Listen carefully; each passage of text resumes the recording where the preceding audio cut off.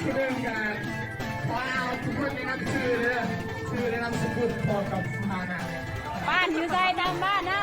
บอกบ้านได้เลยว่าเคยยุ่งใจเรียนเคยตัวเกินที่แค่เดียวเอาขอเพื่อนนะขอชื่อว่าทำผ้าอยู่บ้านอยู่บ้านแล้วพี่แคทน้องเพื่อนอยากยุ่งที่มีเพื่อนก็ดมยุ่งที่สถานะโสดมีอยู่ใน3 คน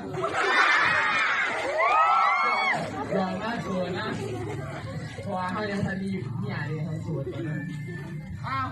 เขาเรียนเพื่อนทางกัมพูชาหนู